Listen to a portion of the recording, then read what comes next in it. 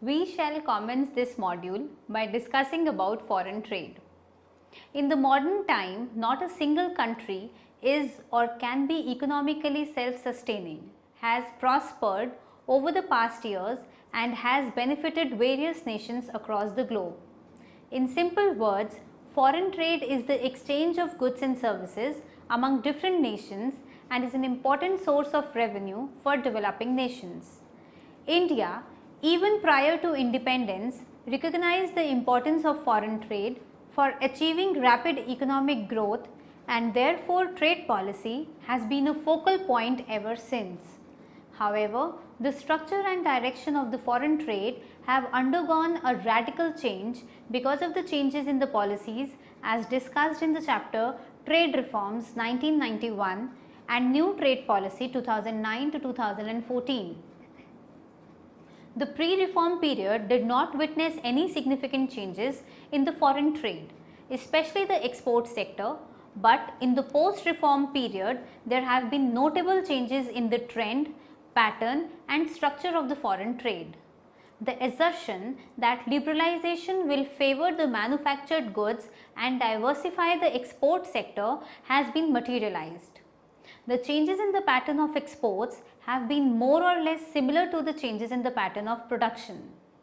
The increasing share of manufactured goods in exports is a reflection of the pronounced growth of the share of manufactured sectors in gross domestic product. Remarkably, share of petroleum products have increased in exports, and we may expect that India may emerge as an Asian petroleum hub in the near future. On the other hand, the recent export trend marks the relative poor performance of the textile sector. This is an indicator that India is not able to receive entire benefits from the removal of the multi-fiber arrangement. However, imports have grown faster than exports in the post-reform period, and this has led to huge current account deficit. During the period of 1990 to 2008, share of exports in India's GDP rose from 7.13% to 23.48%, while the share of imports in GDP increased from 8% to 29%. India has been an old participant in world trade. The opening of Suez Canal, speedy growth of the shipbuilding industry and the rapid construction of Indian railways has further promoted its participation. There was rise in the output of oilseeds, cotton and jute during the period 1900 to 1914, largely to a flourishing export trade. The First World War impeded India's foreign trade. However, immediately after the war period, the demand for raw materials increased and India's export again increased. But imports too increased during this period due to increased spending of the consumers. India's foreign trade again got a setback by the Great Depression of 1930s, mainly due to the sharp fall in the prices of the commodities. But further, India achieved huge export surplus during the Second World War and accumulated the substantial amount of foreign exchange. In the post-independence era, during 1950s, India lacked the enthusiasm for foreign trade and mainly relied on the domestic factors to fuel growth. It adopted the strategy of import substituting industrialization, and therefore export played a smaller role.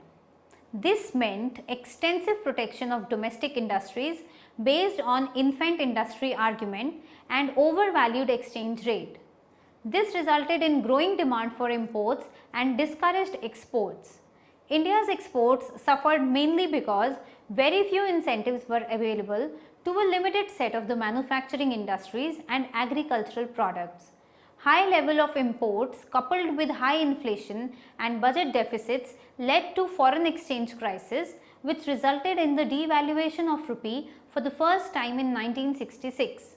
After studying this module, you shall be able to understand the foreign trade scenario, follow the trends in the trade deficit of India, appreciate the diversification of the composition basket of commodities traded with India, know the changes in the list of the trading partners of India.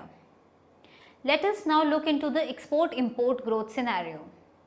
On the macro level, exports growth was almost stagnant for the period 1950 to 1970. The growth rate was in the vicinity of 1.8% per annum. As discussed, this was due to import substitution and lack of export stimulation measures. On the other hand, imports grew at the rate of 4% per annum. This was due to the importance given to industrialization in the first few years of planning process. However, this trend discontinued after 1966 when the severe adverse effects of large imports on balance of payments were visible. At this time, Indian currency was devalued and import control regime was tightened. It is important to note that the world trade during the same period grew by 7.5%, but India failed to take advantage of the opportunities offered by the growing world trade. The emphasis of the industrialization process was on the public enterprises, but they were in the infant stage and could not make any significant mark in the world market. Other domestic industries were constrained due to licensing system and modernization was not easy to come about. Thus, India remained the exporter of primary products when the world trade was diversifying into a large number of industrial products. Interestingly, India's exports performed comparatively better in 1970 than the previous period. The average growth rate was 18.92% per annum during this period, but it fell sharply in 1980s. To make the analysis simpler, we discuss the decadal growth rates. The growth rate of exports in 1980 was mere 7.85% per annum. However, the decline in imports was marginal. Imports grew at the rate of 15.89% per annum in 1970s and 11.54% in 1980s. In absolute terms, India's exports have increased from $1,269 million in 1950-51 to $8,486 million in 1980-81. Imports during the same period have increased from $1,273 million to $15,869 million. India faced severe balance of payment crisis in 1980. As a result, comprehensive policy reforms were undertaken in 1991. In 1990s, export grew on an average of 13.33% per annum, but export growth was still subject to wide-ranging fluctuations during this period. For instance, the 2 years of 1991-92 and 1998-99 showed negative growth rates in exports. Imports, on the other hand, grew by 10.93% per annum. The growth rate varied between 2.2% to 28%. However, imports showed a negative growth rate of 19.4% during 1991-92. But the base of the imports and exports enhanced considerably during 1990s, and the commodity basket in both export and imports witnesses diversification. During 2001-2005, export grew by 13.88% per annum with over 30% growth in the year 2004 and 5 alone. From 2005-6 to 2007 and 8, exports grew in the vicinity of 25% and the imports grew at the rate of 31% per annum. The next major setback for India's export was the global crisis in 2008. Rising the inflation due to high oil prices and the collapse of large investment banks around the world led to recession. In 2009-10, imports marked negative growth of 0.78% for the first time in the last 2 decades and were also impacted. The fall in the trade was arrested in 2010 as the growth in volumes of trade in emerging nations was more robust than that of the developed economies, just as the fall in 2009 had been less severe. India was among the few countries which weathered the global crisis well and even surpassed the pre-crisis peak of trends in trade. The recovery has been possible due to the fiscal stimulus imparted by the government and the low base of the preceding years. In 2013 and 14, the growth rate of the exports was 4.1%. This was a great turnaround from the previous year's negative growth of 1.8%. In 2014-15, exports grew at the rate of 5.3% with the highest and double-digit growth rate of 12.4% seen in May 2014. On the other hand, import growth has declined sharply from 32.3% in 2011-12 to 0.3% in 2012 and 13. In 2013-14, imports marked a negative growth rate of 8.3%, and this trend continues in 2014 and 15 when imports fell by 13.2%. The trend in imports can be attributed to several measures taken by the government to curtail the value of gold and silver imports. Let us discuss India's mercantile trade. India's merchandise trade has increased manifold from $195.1 billion in 2004 and 5 to $764.6 billion in 2013-14.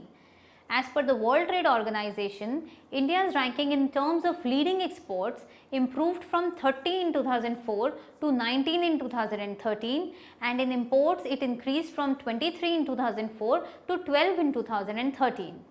Though the export share is still less, it has definitely increased since the economic reforms of 1991. India's share in world export was 0.56% in 1991, which has increased to 1.52% in 2009. Even when India's export growth has almost continuously been above world export growth in the 2000s, but still countries like China, South Korea or Taiwan have made greater global impact when compared to India. Taking account of data, we do find that India's merchandise trade as a proportion of GDP increased from 29% in 2004 to 41.8% in 2014. But after growing by 4.7% in 2013-14, India's merchandise exports moderated to 2.4% in 2014 and 15. On the other hand, the value of petroleum, oil and lubricants imports, which accounted for 36.6% of India's total imports in 2013-14, declined by 7.9% in 2014-15. But this was largely due to the decline in the price of the international crude petroleum products. However, a cause of worry is that there has been a contraction in exports and imports since December 2014. Even though this has led to a temporary improvement in the trade balance, but the reason for the decline in the exports are to be considered. According to Surajit Mazumdar, the fall in international oil prices and its impact on the value of trade explains this decline only partially. In fact, it is the industrial stagnation which has reinforced this tendency of falling exports, which is a negative sign for the economy. Let us now discuss the trade deficit. Trade deficit has increased many-fold over the past years. During 1980s, in the first half of the decade, it works out to be $5,985 million per annum, and in the later half it was $5,669 million per annum. The year 1990-91 witnessed a trade deficit of $5,932 million as imports registered a growth rate of 13.5% as opposed to 9.2% growth rate of exports.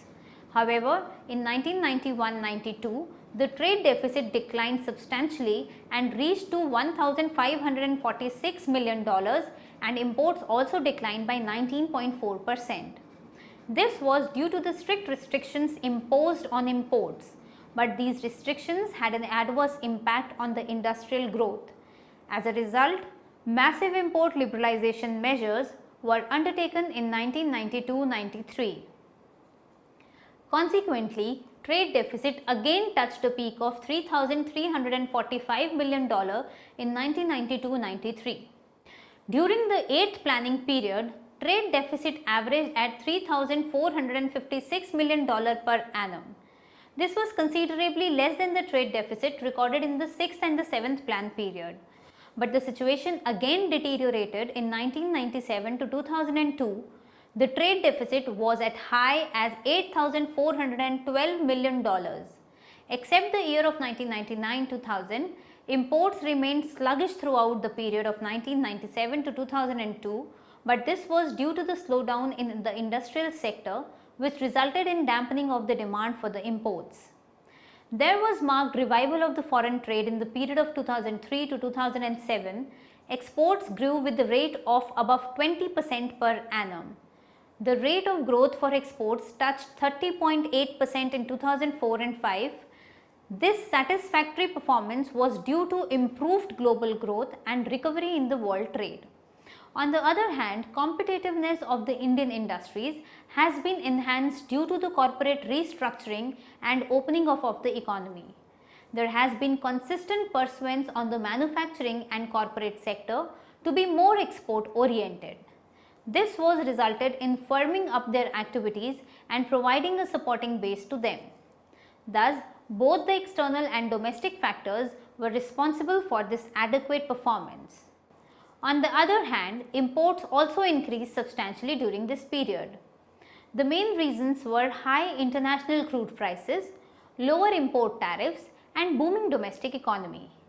As a result, the trade deficit increased considerably in 2006 and 7, and it was $59.32 billion. The rise in the oil import bill alone was 39.4% in a single year of 2006 and 7 to 2007 and 8.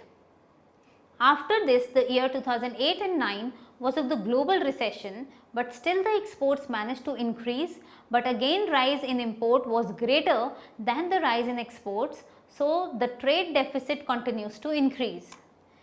In 2012 and 13, trade deficit was $190.3 billion, which declined to $135.8 billion, mainly on account of a decline in the growth rate of imports. However, growth in the export in this period remained sluggish as 4.7%. The decline in imports owed largely to the negative growth in the gold and silver imports. In 2014 and 15, trade deficit increased marginally by 1.6%. Low growth rate of both export and import resulted in a slight increase in the trade deficit. Next, we shall discuss the composition of foreign trade.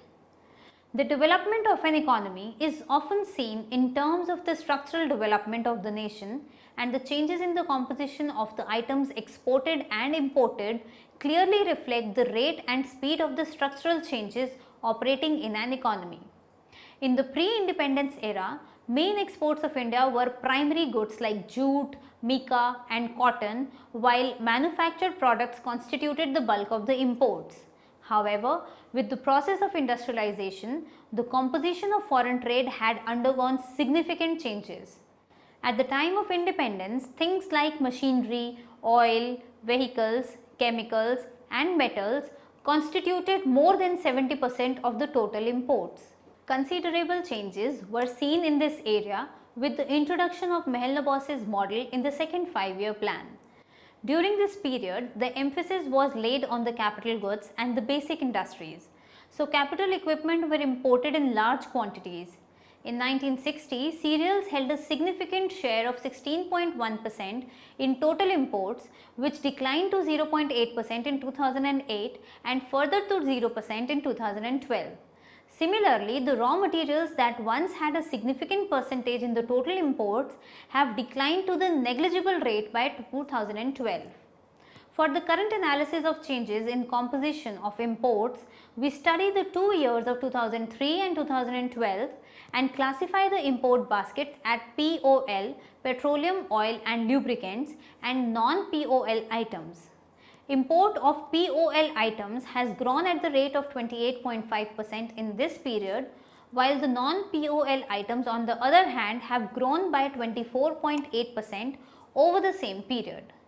The increasing requirement of petroleum products for a growing economy like India does not come as a surprise, but the limited availability of domestic petroleum resources and restrictions on exploration licenses have resulted in the increased share of POL imports in overall imports from 28.7% in 2003 to 34.5% in 2013. In exports, a visible trend is that of decline in the importance of agriculture products with a remarkable rise in the share of manufactured goods. The share of agriculture in total exports has declined from 44.2% in 1960 to 13.5% in 2013, while that of manufactured products have increased from 45.3% to 61.1% over the same period. This reflects the transition of the Indian economy from being backward to a more dynamic industrial economy.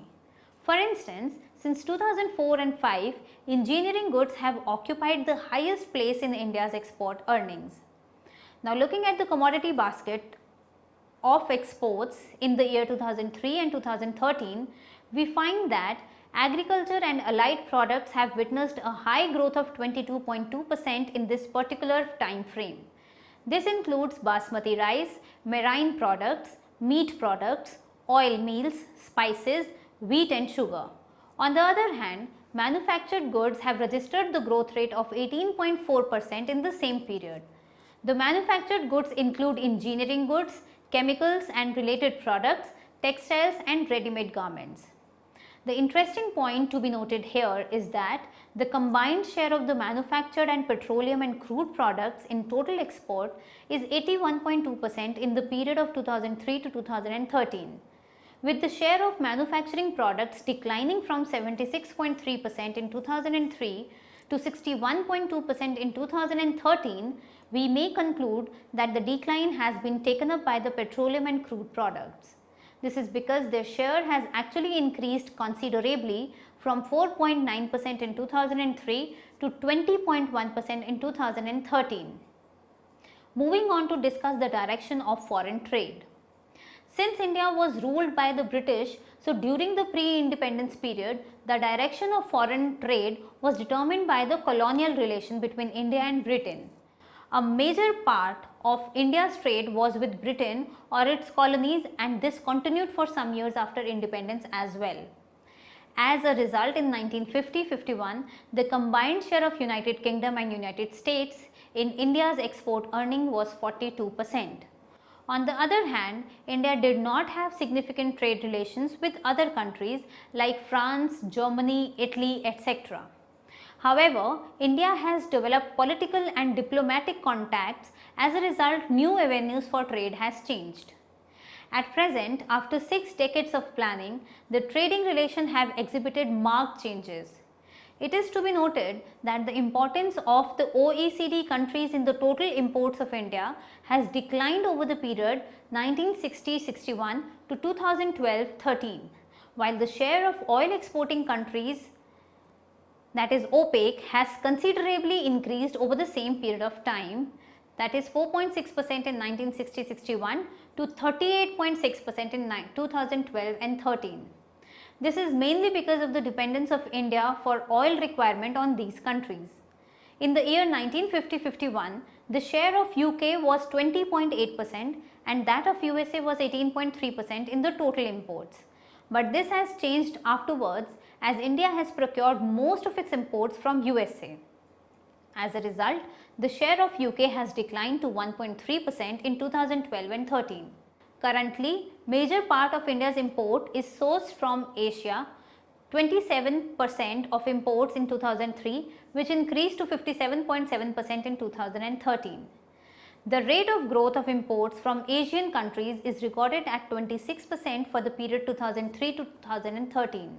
It is to be noted that from being sourced through a number of countries in 2003, imports are now being concentrated in the Asian countries only. Since 2007, Asia being the largest import source of India. Europe with a share of 18.7% comes after Asia, followed by USA for 11.9%. For exports, the OECD countries again stand at the peak. Their share was 66.1% in 1960-61 and 34.2% in 2012 and 13. On the other hand, the OPEC group had a share of 4.1% of total exports in 1960-61, which rose to 20.8% in 2012 and 13. At the time of independence, the share of UK was as high as 23.3%, which has declined substantially to 2.8% in 2011 and 12. US enjoyed the share of 19.3% in 1950-51. So basically, India was dependent on US and UK for major portion of its export earnings. Currently, India's largest export partner is Asia. Exports to Asia have grown by more than 23% from 2003 to 2013. The next largest export destination is Europe, followed by America. Thus, one can notice the shift towards trade within the Asian zone rising. As of 2013, share of Asia in India's export rose to 50.1% when compared with that of 42.2% in 2003. Though trade with other countries like Europe and America has risen over the 10-year period under consideration, but the share in overall exports has declined. The shift of export direction away from America and Europe may be attributed to the slowdown in the economic activities in these countries, which has caused the import demand from these countries to contract. Now, we will summarize what we have discussed in this module. After witnessing fluctuations, the robust foreign trade in the recent years points to a return to the path of strength that was in evidence before the global financial crisis of 2008. The correction in the international prices of crude petroleum and the opportune time for withdrawal of restrictions on gold imports has been responsible for the revival of trade in India. Exports have registered shift in commodity composition, with share of manufacturing goods has declined to give way to the export of petroleum and crude products. In concern with imports, while POL share has increased, within non-POL category, there has been an increase in import of gold, coal and ores. From a geographically dispersed country source profile, import sources are now being concentrated in the Asian region. In terms of export destination, again, Asia has emerged to be a major partner in the recent years.